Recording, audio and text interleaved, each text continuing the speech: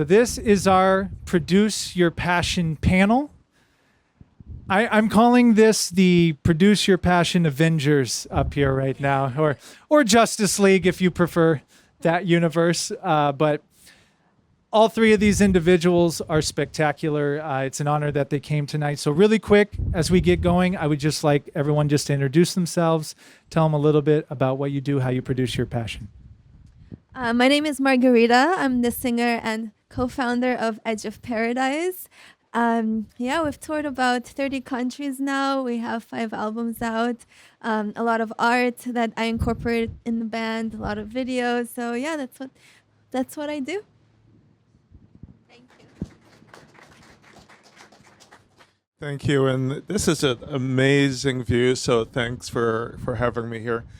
So my name is Rohan. I'm a technologist. I own a venture studio, which is a tech company that we build primarily AI technologies. My passion is tech. I love tech. I've been doing it for my entire career. But what's really amazing is we're at a point right now where technology has gotten to a point that we can actually solve real world issues that we were never able to do before. So my true passion is really how to use tech for good and how to use tech to help the world. And I have a book based on that called Tech for Good. You can check it out. And so it really focuses on all the emerging technologies that are evolving right now and how we can use them to really make an impact on the world. I really should have taken that seat because now I have to follow that. My name is Kipp Tribble. I'm an actor, writer, producer, director. Been doing it. Next year will be 30 years, which is crazy to say that out loud. And fun fact, Sam, I just realized this today as I was looking at the date. 29 years ago on this day in Greenville, South Carolina, my very first film premiered at a theater there on this day. So anyway, that's what I do and that's what I've been doing, and I'm sure we'll get into more of it. So awesome. Let's give them a hand real quick. So my first question is, we all know there's obstacles when you're producing your passion. If it was easy, everybody would do it, right? In all of your respective industries, what is one or two of the biggest obstacles you've encountered? And the follow-up to that is, how have you overcome that? Well, I think when you're an artist, there's always an obstacle, then there's the next obstacle, and it just kind of never ends. So you just learn how to use it as fuel. It's like a challenge. And actually, speaking of tech, over the last few albums that we've done, for me, my father is a scientist, so I really have a passion about how to incorporate, this science and technology and how it affects our everyday life, and kind of use it in my art and use it as inspiration. And we kind of live in this blurry waters. We almost live on the edge of science fiction. So many things that are possible today, maybe, 50 years ago, I think people wouldn't even dream of, right? Especially. So I think one of the things that's very important is, as an artist, finding something that you're very passionate about, finding something that you get fired up about, because that's how you're going to that's what you're going to use to overcome your obstacles.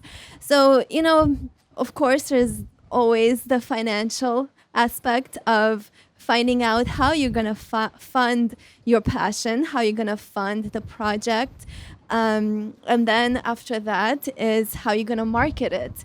And then it's, obviously you have to be an artist. You have to be great at what you do. You have to, practice your craft. And that kind of, when you're an artist these days, falls to the back burner because you have to wear a lot of hats these days. So, for us, figuring out how to fund it, like, for example, for me, I love art. So I started incorporating art into the band. So that's figuring out different streams of income. And then, just figuring out what is the theme of the band, because I think you really have to have a strong identity that people will connect with. So yeah, those are the biggest things for us, over the years, is finding your identity and how to ways to fund that. So yeah. So I'm an entrepreneur. I suck being an employee, so so this is just what I do, right? I think the biggest challenge that people have with being successful is focus, and I see this all the time. And the key thing about that is that the example I give, like if I'm in California and I want to end up in South Beach, I need to first decide that I'm going to go to South Beach, right? And then it doesn't matter how I get there. Is it a plane? Is it a train? Is it a car? Is it a bus, right? But I know where I'm heading, right? I work with a lot of different entrepreneurs, and the big problem that they have is, I can do this, I can do that. Well, where do you want to end up, right? And so one of the things I think I'm good at is focus, meaning that this is what I want to accomplish. And then along the way, you just have to expect that everything is not going to work. Even when I met Sam, there's some things we're working on. And, okay, some things work, some didn't work, and okay, what do we need to do next, right? Because it's not failure, it's just another learning step. So if you kind of think of the way like compounded interest work, if you think about that when you're building something, you're always learning, you're always compounding. Every failure leads into something else, and then you just keep on going, keep on trying, keep on focus. But the core thing is, if you really know where you want to end up, it doesn't matter if it's a plane or a train or which of them. People get stuck on the how, and don't worry about the how, worry about the destination. And you know what? If it takes an extra 1 or 2 years, it's okay. It's okay, because you're going to get there. So that's the way that I kind of look at everything, is really, I set the destination, I work diligently towards it. And then your biggest challenge then is really the doubt, because everyone's got that. And those are like the little secret enemies, right?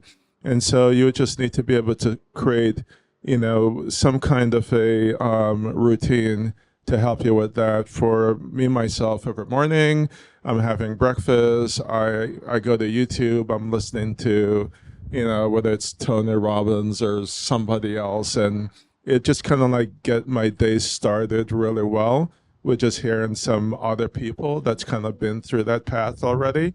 And then the next thing I do every morning is these are the 3 things that I want to accomplish today. I do those things diligently, that literally this is a habit. And if you do that, don't try to accomplish 100 things a day. Just pick like 3 or 4 things that are really important towards getting to that destination. And that's what I would advise people that want to go on a path like this. Okay. So, as an actor, filmmaker, one of probably the number one thing everyone's going to say that's in this business is financing. Getting the financing to make your project. And, we could talk for 8 hours about financing, and I still couldn't give you the right answer, because there is no right answer when it comes to financing. However, the advice I always give to someone who has been working on financing their project and putting, all their focus on one project, and they need, $100,000, they need $1 million, whatever that would be, and they just cannot move the ball forward, is put your focus, then maybe, keep your focus on that, but also look at doing something smaller.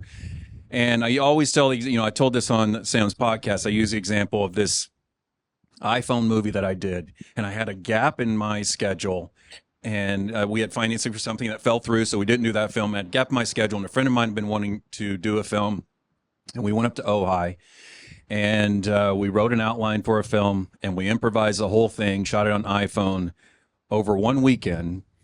And that film, per its budget, has made the most of any film I've done. I've almost done 50 feature films. And financially, it's made the most. And it was kind of an afterthought. But the point is we did not wait for somebody to finance it for us. We went out there with iPhones. We had a couple $100, and we made the movie. And so we didn't wait. And that's the point, is overcoming the financial part of it may not help you on this project, but you can still do this project, which might lead you to something else, which will eventually comes back around to helping you find a financier for this project. So basically, do not wait.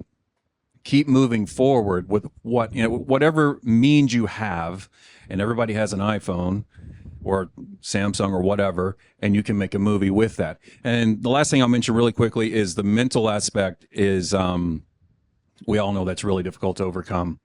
And, the imposter syndrome, everybody not from LA moving to LA, and, everybody's telling you, you need to dress this way, you need to look this way, you need to go for these parts, you need to try this, try that. And it's hard to shut out all the noise, but eventually you learn to just be true to yourself, and that will help you overcome the mental aspect. It's still always going to be a struggle with some degree, but that's the best advice I can give, is just be true to yourself, and all of that other noise will eventually be quiet. Wow. There's a reason I picked you for my panel, all three of you. That was spectacular. A question that's been coming up a lot lately on the podcast and just in conversation is this: what was it that made you all three first take action on these ideas? Or if you just want to take us through your process when you get an idea, because I think a lot of people have a lot of brilliant ideas, but they're nothing if they're not executed. So however you want to take it, what's your process? When do you decide, like, okay, I'm going to do it, and then you actually do it? I'm a bit addicted to that feeling of when you create that something and then you listen or watch the final product. So for me, I'm a very visual person. So I always, it's almost like a meditation where you kind of imagine what you're going to create before you even start it. It's like we say you're a visionary, right? So we're all kind of visionaries in that way.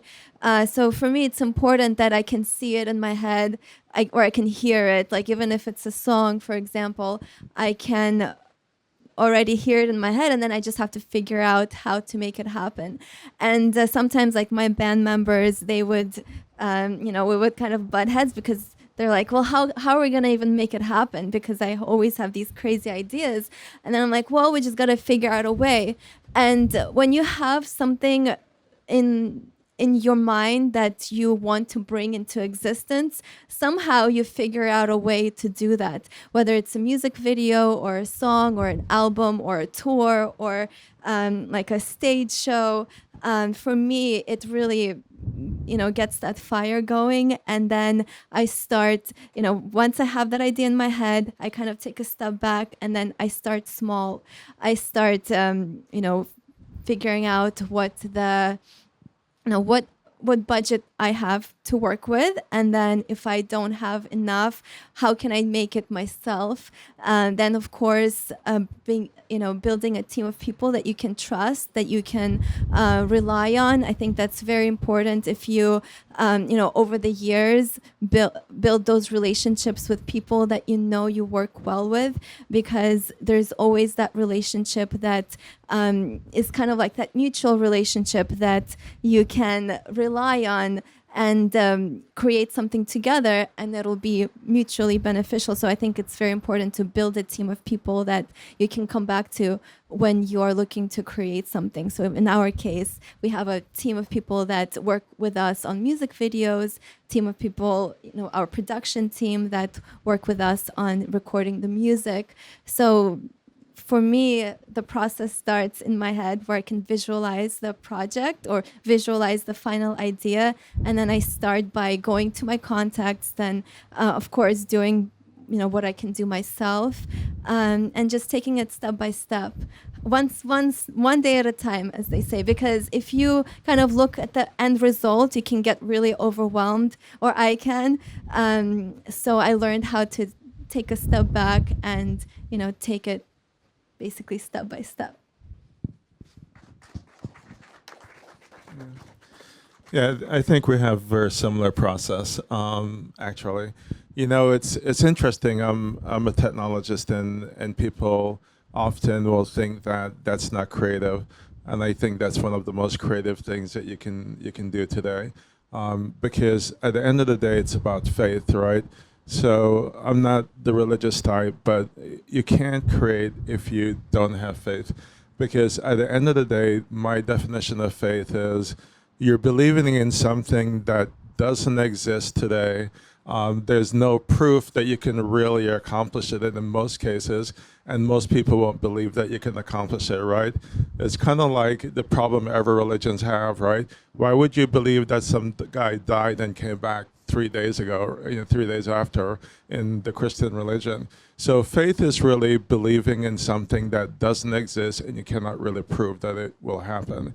And then once you kind of decide that you actually do believe that you can do it, right, then it's a matter of taking action. And so, to be able to create, you have to believe and you have to take action, and you have to be clear regarding what that outcome is going to be. Because once you are there, then you'll be surprised how many people will join you on that journey to make that happen. Because if you don't believe it, why should anyone else believe it, right? And so that's really been the process that I've seen so far, is that I will come up with something that may just seem like a crazy idea. And I'm like, holy shit, if I could do this, that would be like really, really amazing and really, really cool. And then everyone was like, dude, you're kidding, Mac. That's not been done, or you don't have the resources. And you'll find that it's not about resources, it's about how resourceful you can be to accomplish what you really, really believe in. And if you really believe in it, you'll be able to be resourceful enough. So, financial challenges are real challenges, but there's always workarounds towards that. And you'd be surprised, people will actually work for free, okay, just to be a part of that vision that you're creating. So the answer to it is basically, I believe that you have to believe in what it is that you want to create. I think you have to have a vision of what that final thing will look like. And I think you need to take immediate and consistent daily action towards accomplish it. And I think if you're able to put those things together, I think you can accomplish a lot of things.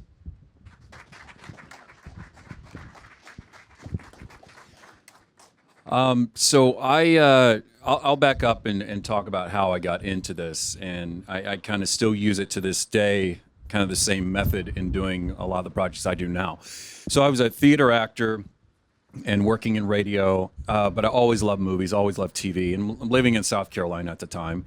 And, there's no industry to speak of. I knew no one in the industry, but it was like this dream that I never thought would ever come true.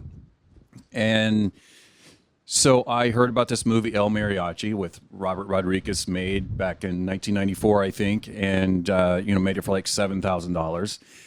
And so I went to Barnes & Noble, picked up his book, Rebel Without a Crew, and read it, and right away I said, well, I could do that. And so I did that. I went, and a guy I was working for scrounged together a couple $1,000, got some free film equipment from the Film Commission. And I was telling Sam this story that on our first day, we wrote a script in like a month, had no idea what we're doing, had never had a film class, never been on a film set, didn't know how they were supposed to run. Got the film camera, got the equipment there, first day of shooting, opened it up.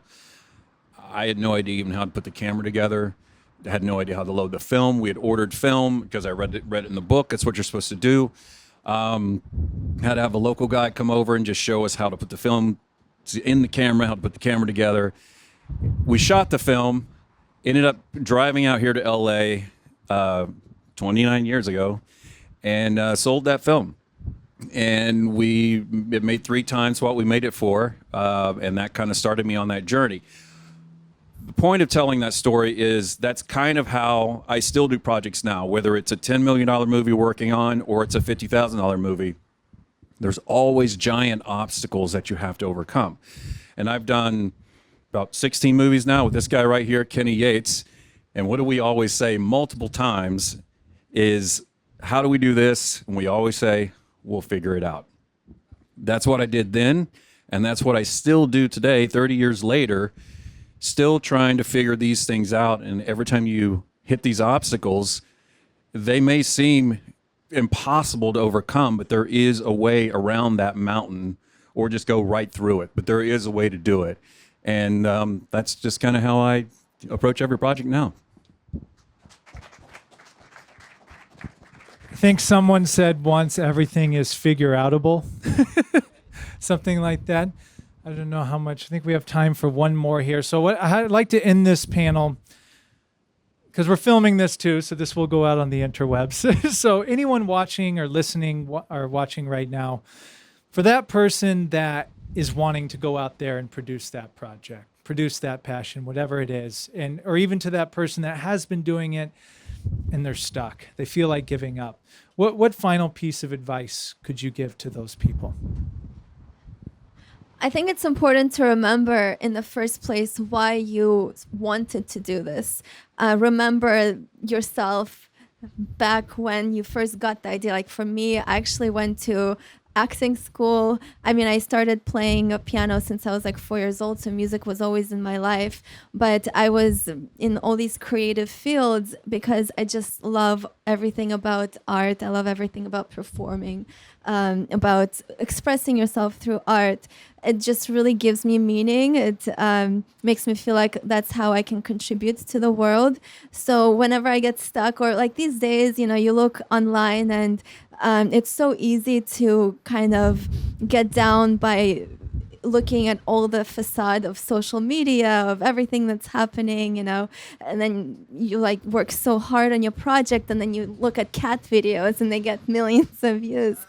So, you know, you're like, what is the point? But the point is that you do this because you love it. For you, for myself, I remember, I don't know, like 20 years ago now, and for me, well, I'm 35, so I think it was 30 years ago that I really decided that this is what I love to do, and it just makes me happy. So I have to remember that feeling and just keep creating, because it just brings me a lot of joy, and then sharing it with people. This is how I can just, you know, spread the light, I guess, in my own way. So just stay true to yourself. Just remember why you're doing this, and remember that you know, cat videos come and go, and whatever you create, it stays out there forever, and then you can go back at it and be proud, and you know, get a lot of joy out of it. And remember that what you do also means something to other people, and you always inspire someone else. So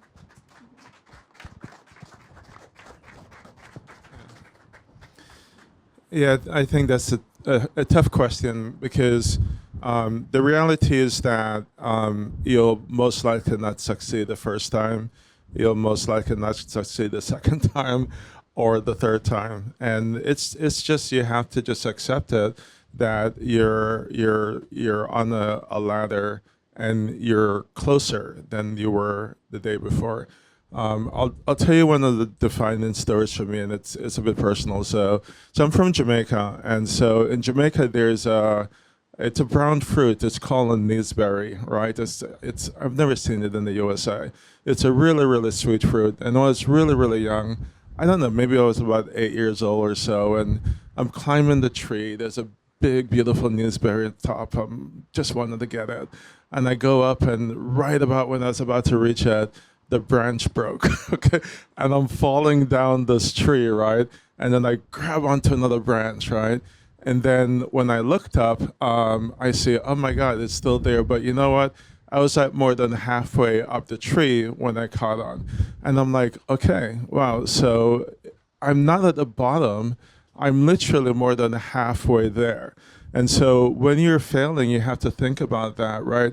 You're looking at it as failure, but it's not failure. It's really compounded growth, right? You've actually grown more than when you started. You're really, really closer than you think to your goal. So you have to think about it that way.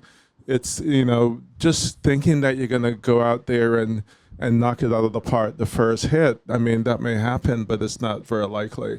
The fact that you're out there, the fact that you've started, the fact that you're chasing that dream makes you, you know, way ahead of most people. But if it takes you longer, so if it takes you another few months, another year, another couple of years, and you get it, isn't it worth it? I mean, really, isn't it really worth it? So yeah, what's the option? You're gonna go and so I really believe that you have to look at all the effort that you've invested so far, and that you're actually much closer than the goal than you think. Yeah, absolutely. I mean, just to echo what you both said, I think it's Denzel Washington always talks about failing forward. Don't be afraid of failure. You're going to fail. You should look forward to failing, because that's the only way you learn. If you knock it out of the park right away, you're not going to learn from that. You're going to start to expect that. And then when you don't get it later down the road, you're going to be shocked, and then you're going to be wondering what to do. So you are going to fail, learn from those failures, and keep moving forward. And I was telling Kenny as we were walking up here, I watched the movie, Michael Keaton movie last night, The Founder, and I hadn't seen it before. I watched it last night. And there's a quote that I've had written down for probably 20 years that Calvin Coolidge said. And that's used near the beginning of that film, where Michael Keaton is listening to this record over and over, and it talks about persistence. And that is the biggest thing you have to have in, I don't have the quote memorized, even though I've read it many times, so otherwise I'd repeat it. Persistence is the biggest thing you have to have in this business. How many times you're going to get knocked down and get back up? How many times you're going to fall and get back up? It's not made for everybody. If you just say, I can't do it anymore, I don't want to do this anymore, then it's not for you, and that's okay. But if it's something you truly want, you say, I don't know how long I can do this, you can do this. It's just, it may take 10, 20, 30 years, but how many times can you get knocked down and get back up? It's all about sticking it out, persisting, and moving forward, failing forward, but you will get there over time. It took me a long time, and I'm still not to where I want to be. I'm still failing forward every day. And that's my biggest advice to anybody trying to produce their passion. Thank you all. If we could just do real quick, where can people find you guys if they want to find out more? Well, the band name is Edge of Paradise, so you can find us anywhere. Website is edgeofparadiseband.com. So yeah, check it out. You can always hit me up on LinkedIn, or you could just go to rohanhall.com, and you can find out more information about me there. And I'm Kipp Tribble, that's 2 P's and 2 B's, on Instagram, X, and Facebook, and you can just search my name and I'll be there. Awesome. Let's hear it for our panel. Thank you very much. All right. Thank you so much, guys. This was an honor. Thank you. All right. We're going to transition to our next segment here. So we'll take a few minutes to get set up. This next segment we're about to do, this is an honor. This is with Wolf Bodison. We're calling this Get It Done. We're going to explain more about that here. So Wolf, like I was saying earlier, he's a very accomplished actor. He's a writer. He's a film theater director. He is an acting teacher at Playhouse West. And shout out to Playhouse West Acting School, by the way. We have a lot of representation in the house tonight. If you're ever interested in perfecting your craft in acting, I highly recommend them. And let's welcome Wolf to the stage here. Thank you, my friend. All right, let's have a seat. Give it a quick beat here. Some people are still finding their seats. Get the food, people. Let's go. We got some Wolf students in the back there. Are we good, Eric? Yeah. Okay. It's all the Playhouse West people, man. Actors, they don't get fed enough. Look at them, like locusts. You guys liking the food, though, right? It's good, though, isn't it? Yeah. Right? All right, we'll wait for them to get their food.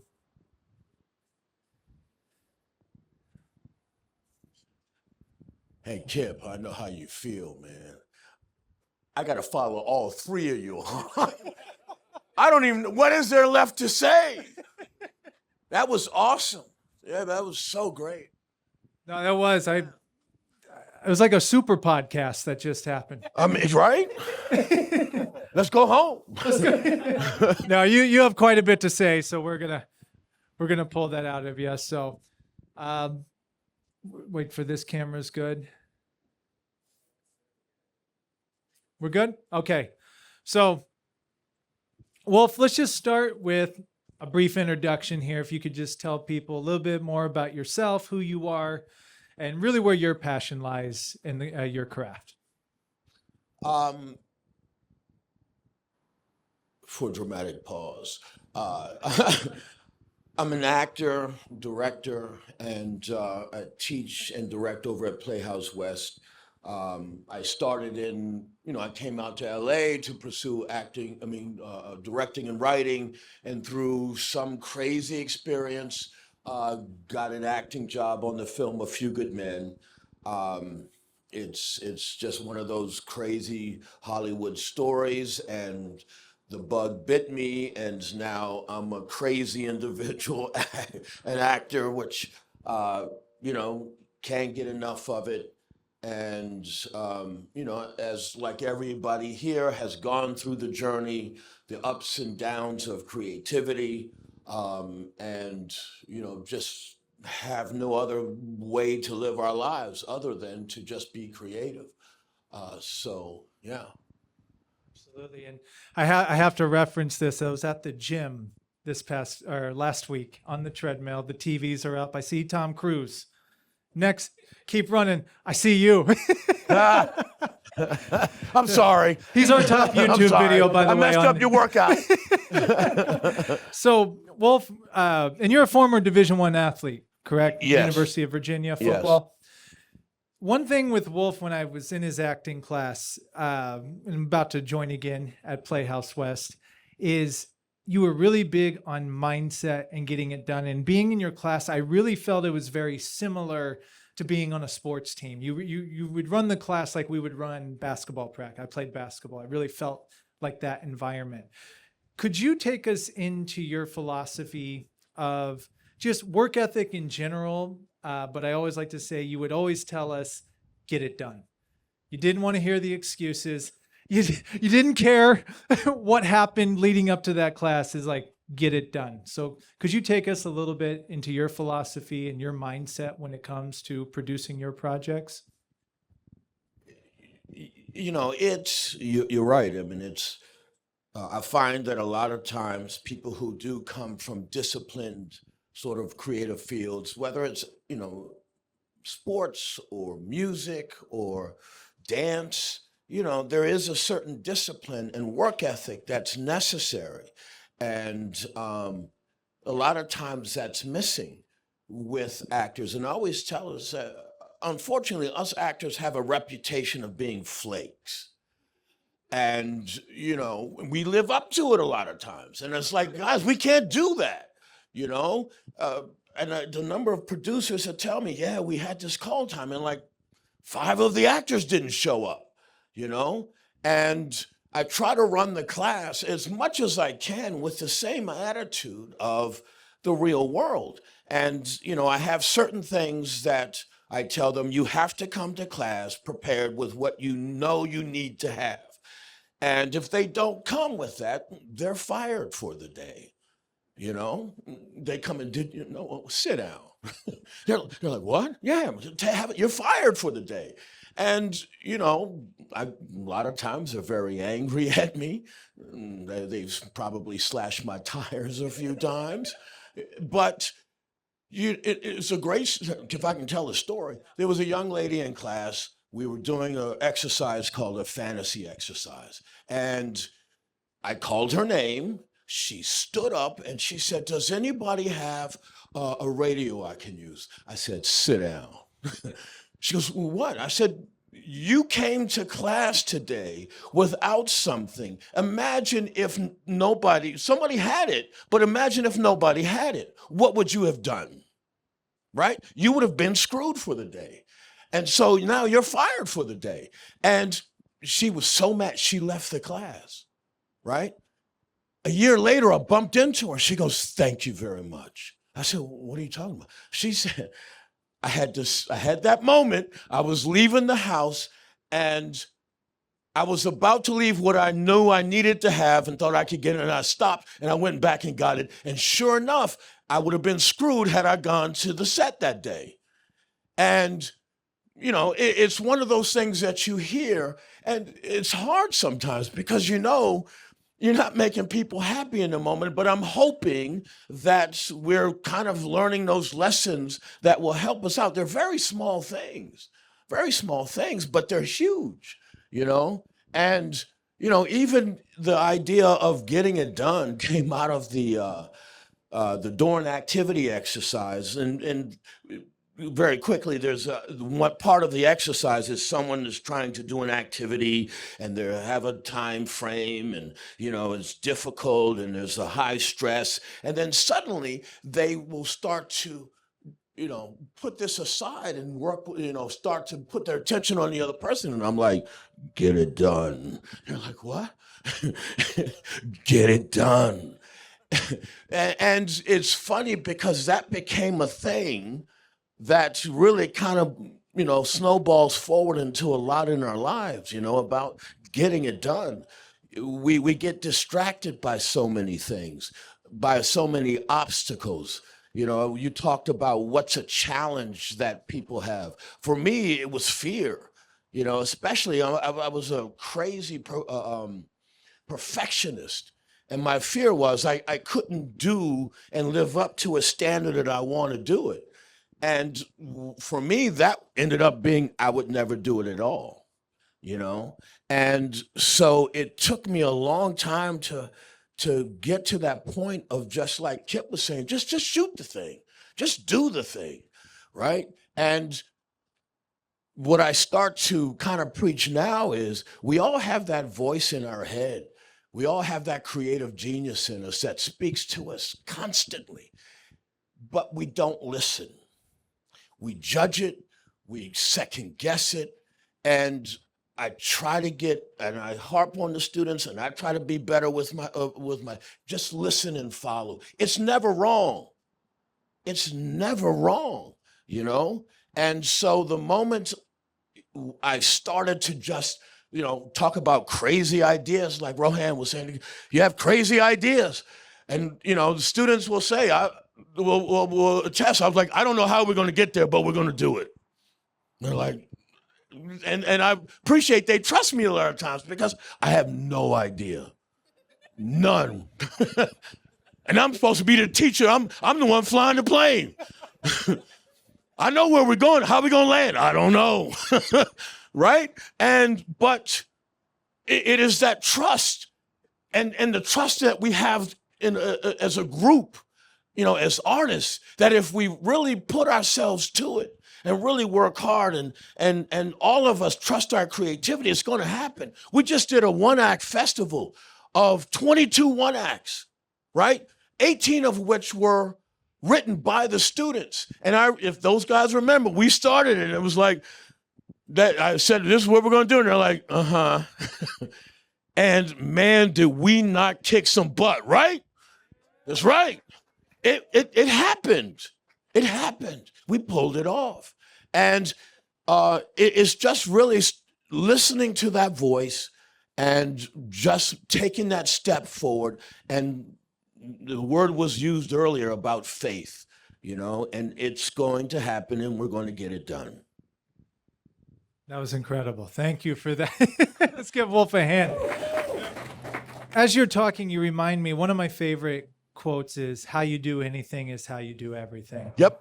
And I feel like you really instill that. And I have to acknowledge, too, one of my favorite creative things I did at Playhouse West and learned a ton from was the 120-hour film festivals that you run, where you have, was it 5 days? 5 days. 5 days, get a team, here's your concept, go, you got to turn it in.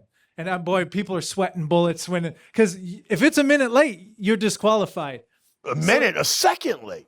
What I really like is you really prepare people, because the world the world doesn't care.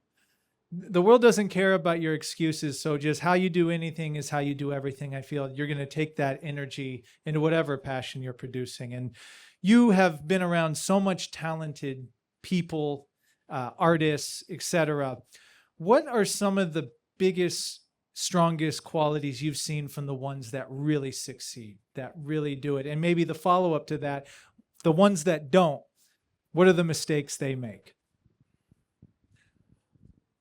I think what Kipp said earlier about, persistence and showing up, 3/4 of our battle is just showing up, because it's a long journey, and it's very easy for us to get disillusioned and cynical and bitter and to just give up, and to have that ability to, sometimes we're the only ones who believe in ourselves. That's scary, man, and to continue on with the fight, even in the face of that. I'm sorry, that's just crazy. I was saying to a class the other day, think about it. Baseball, if you hit 3 out of 10 times, you're in the Hall of Fame. But if you think about the number of auditions we go out to and the jobs we get, the odds of that, who would ever sign up for that job? Right? That's just nuts. But there's something that we cannot ignore,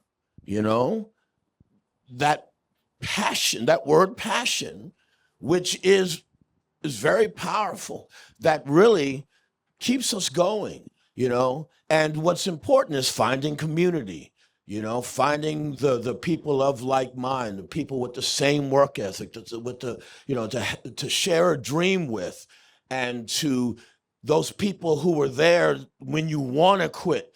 They say you ain't going nowhere, that really just holds you up. It's powerful.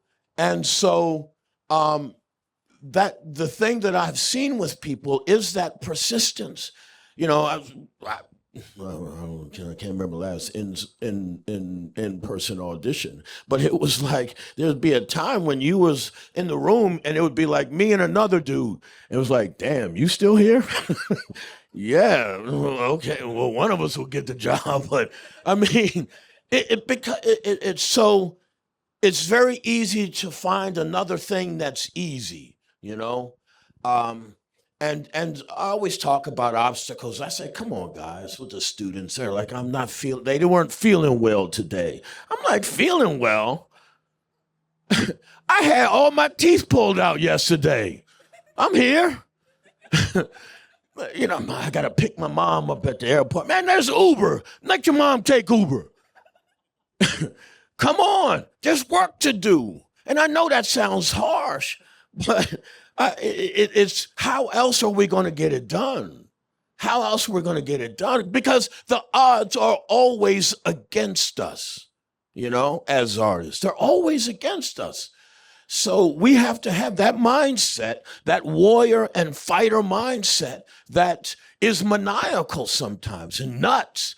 And, so, and sometimes we're a lot.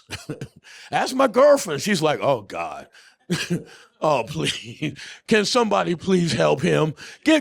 Somebody give him some more insurance so he can get another day in his therapy session. Because it's that motor that's always running. How can I do more? How can I raise the bar to the next thing, the show that we just did? We got to do better. We got to raise the bar somehow. And again, I don't know how we're going to do it, but we're going to get there. So that's kind of the thing that I see, that people who always succeed kind of have that. And then the other question was about people who fail. Was the question? Or just the ones that you see fall or quit, like what? They didn't. The lack of community. You can't do this. We can't do this on our own. We can't. the business as it is in terms of a film production and stuff, it requires a lot of people. But, it's really what's great about the school atmosphere and what I try to foster, make them work together on projects. And look, you're not going to get along with everybody, but you got to be professional to get the job done. And hopefully, there's these guys back here that what I love, they're going to be friends for life, and they're going to be making projects for life. And sometimes I'm a little jealous about that, I'm an old man and I'm not in that community. I can watch them and encourage it, but it's exciting to watch.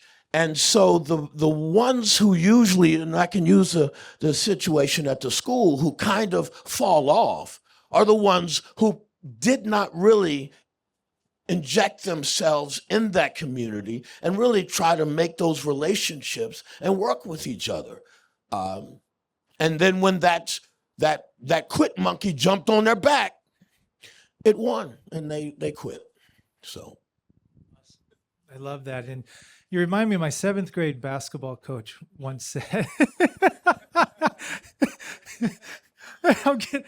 he said, you can be happy with your performance, but don't be satisfied. Oh. And that's what you remind me of, because I really highly encourage, if you guys want to see some phenomenal theater in Los Angeles, Playhouse West, the productions that are put on there are incredible. And every time you level up to something new. So you're constantly innovating, and you might be happy with it, but when I talk to you at the final shows, you're already thinking about the next show.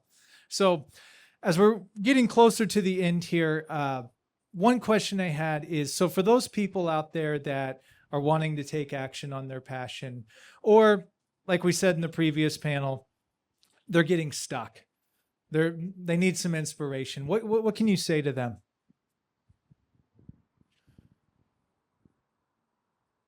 There was, when the panel was talking, someone was talking about, again, we're talking about, and this is important. We don't know where we're going half the time. I just bought like 5 TVs at Best Buy. I have an idea to do like a collage sort of LED wall at the theater, right? Because I go to the theater, I'm at the Pantages, and I'm like, I gotta do that. I'm in a 2020 black box, right? And I'm like, nah, we're gonna, the Hamilton, they got the turnstile. I'm gonna have me a turnstile watch. But then I saw the Layman Project, I think it was, and they had that huge digital wall. I'm like, I'm gonna do that. And then I thought, okay, I can't do that, but I can maybe, put the TVs and then break up the image on it. And then I was like, and now I'm buying the TVs, and my girlfriend was like, what are you gonna do? I said, how are you gonna do it? I don't know. I got QLab, and I know it can be done, maybe, but and she goes, but why do you have the TVs? She goes, it's because it will happen, I know, and it will. And that's the exciting thing. And that's the thing that, I think that drives us all, is that thing the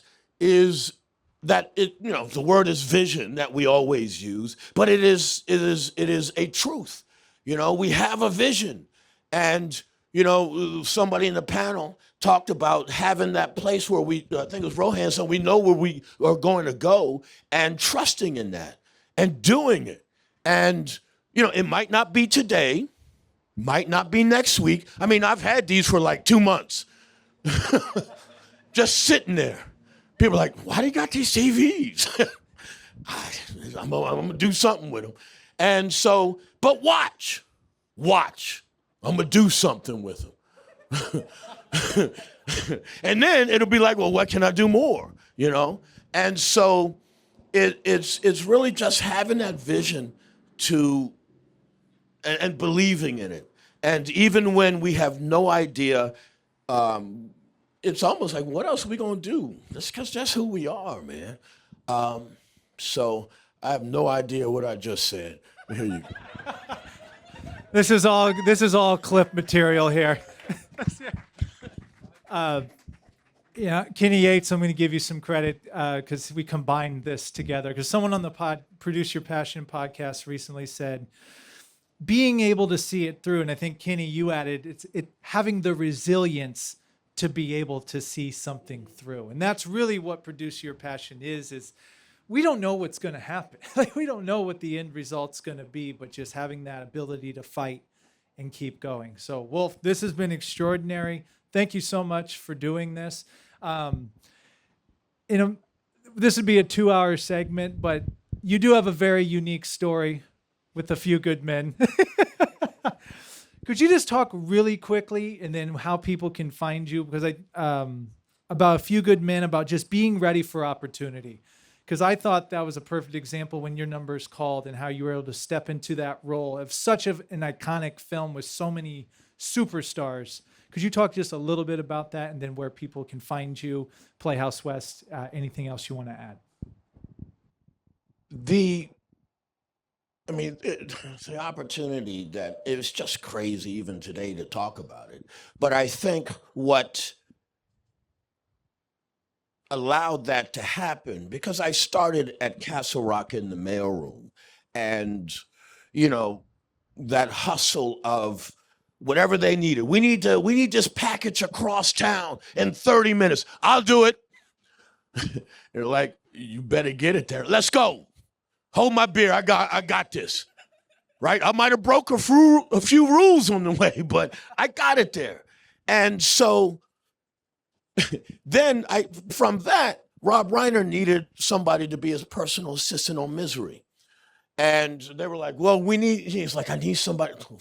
You should get Wolf. Okay, let's do Wolf. And then on that job, it was like, again, whatever needed to happen, that mindset of just that hustle.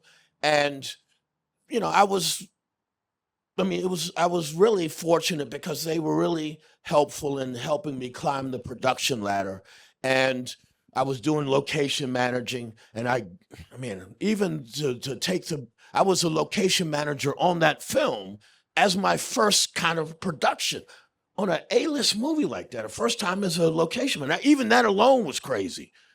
And I bump into Rob at the company, and we're just talking. He goes, you ever acted before? Oh, no, man. He says, I know you want to write and direct, but why don't you come in and audition for this role? And so talking to him afterwards, that he confided in me. He never would have asked me if he didn't know the mindset that I had of someone that he knew if he gave me the job, I would do whatever it took to do the job well, or, that to try to do it well. I wouldn't let him down and just kind of flake on it. That was kind of how that all sort of came together in that way. And I haven't been right since. But, hey, Sam, this is awesome, man. Congratulations. Thank you. Thank you for doing this. Talking about getting it done. Watching Sam hustle and he's always so supportive. He comes out to all the productions at Playhouse West, and it's always said you got to give the love to get the love. And he's definitely somebody who believes in community, and he really lives that. And so, that is attested by all the people who are here supporting him.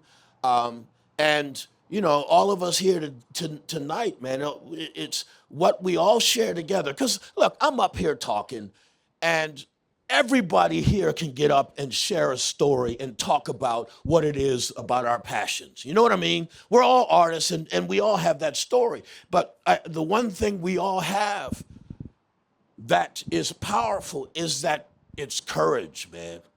It's fucking courage. Because what we do, there's no guarantee. None. And every day we wake up, I don't know. I guess let's just do this today.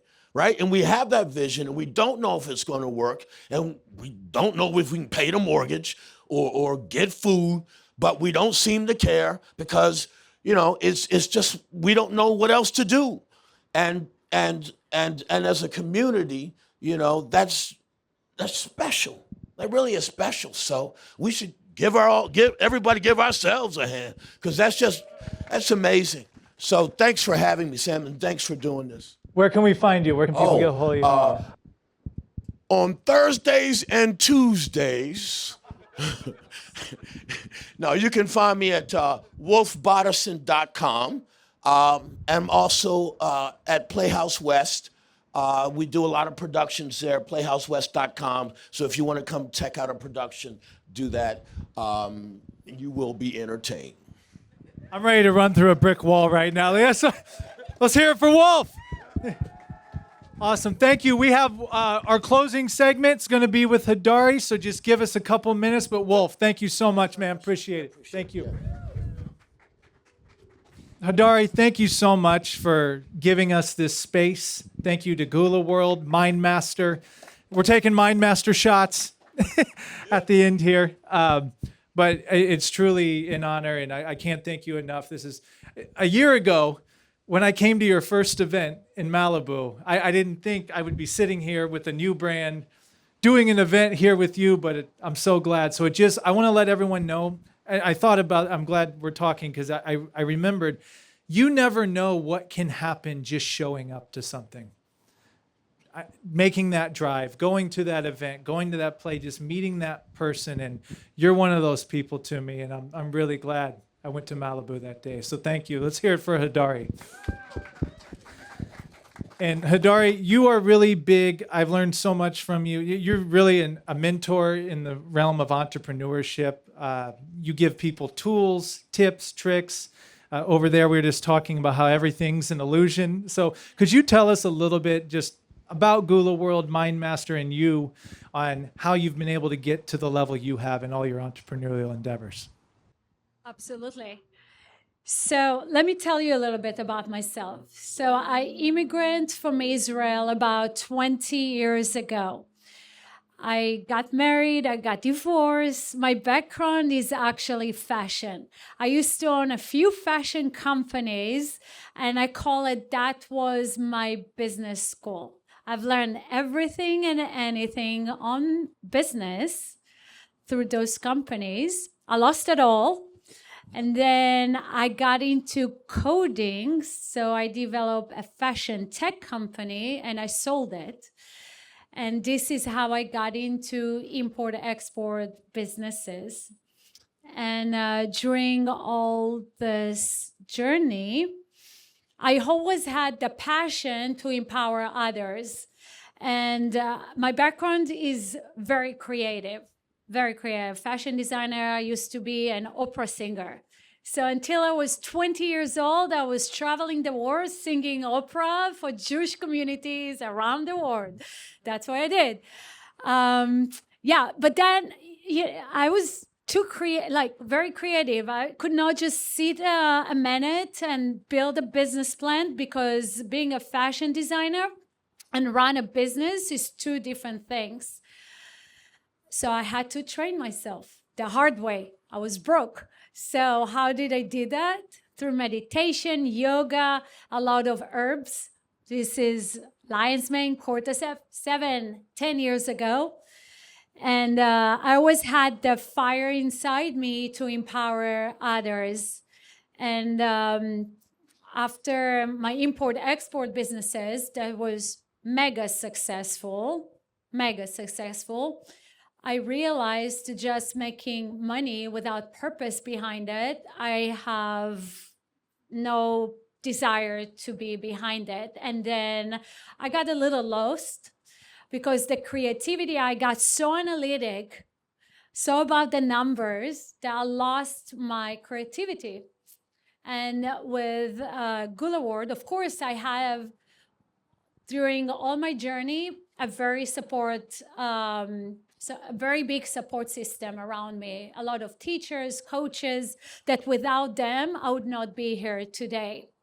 And I always knew that I want to impact billions of people around the world to support them through their transformations, because the Creator gave me all those experiences that, by the way, are not fun. Being broke, it's not fun. Sorry, it's just not cool. It's not fun. It's not fun. But being connected, everything, I practice every religion in the world. Like, you name it, I practice that. But then understanding the power of being connected to my roots, to being connected to where I'm from, that's rise up. And I got back to my roots, meaning I'm Israeli. Being proud Israeli, a Jewish woman, which was very hard for me 10 years ago. When I got divorced, I didn't want to hear anything about this. Just being connected to that part gave me so much. And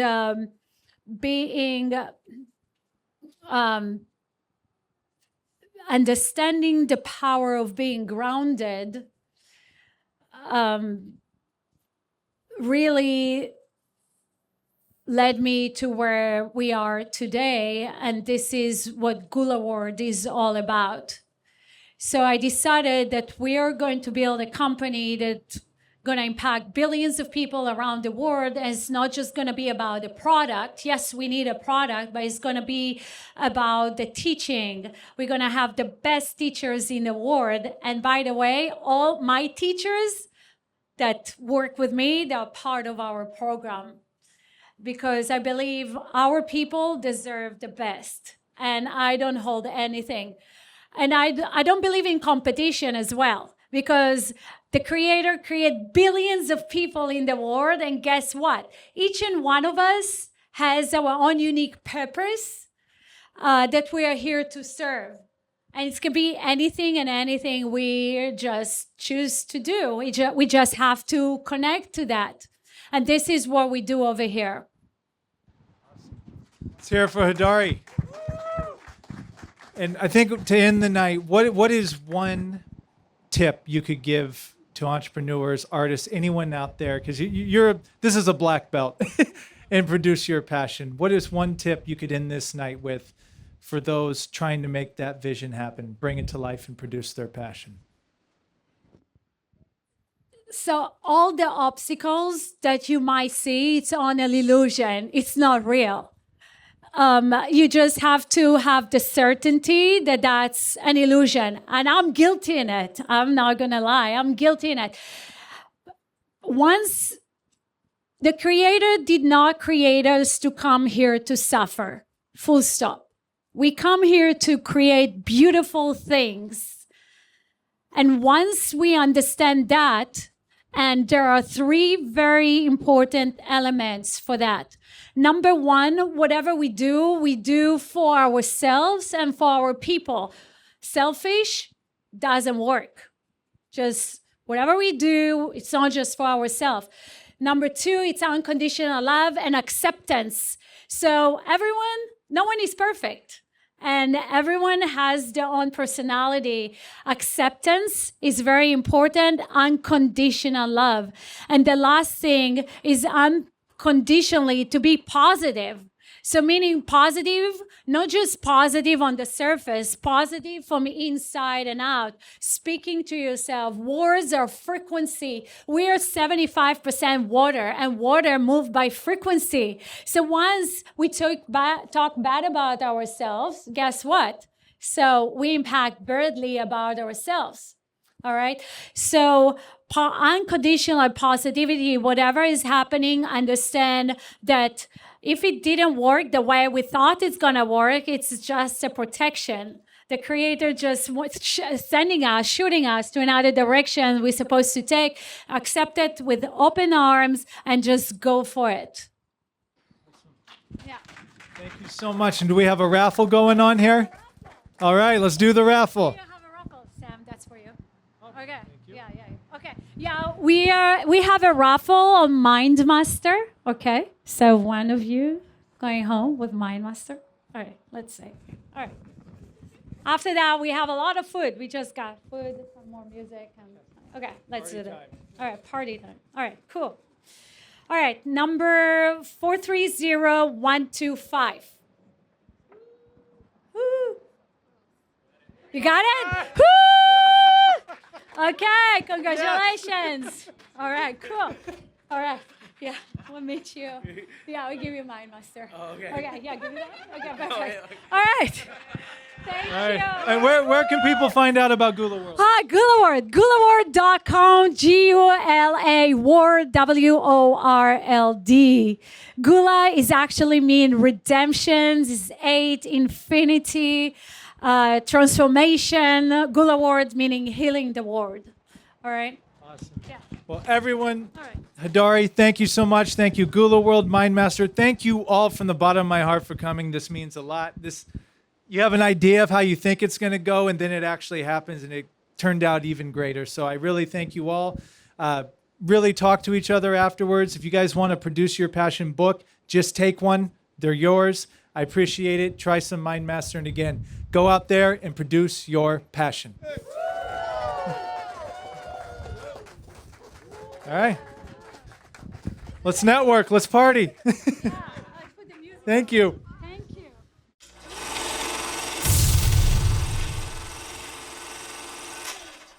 Thank you for tuning in. To learn more, go to produceyourpassion.com.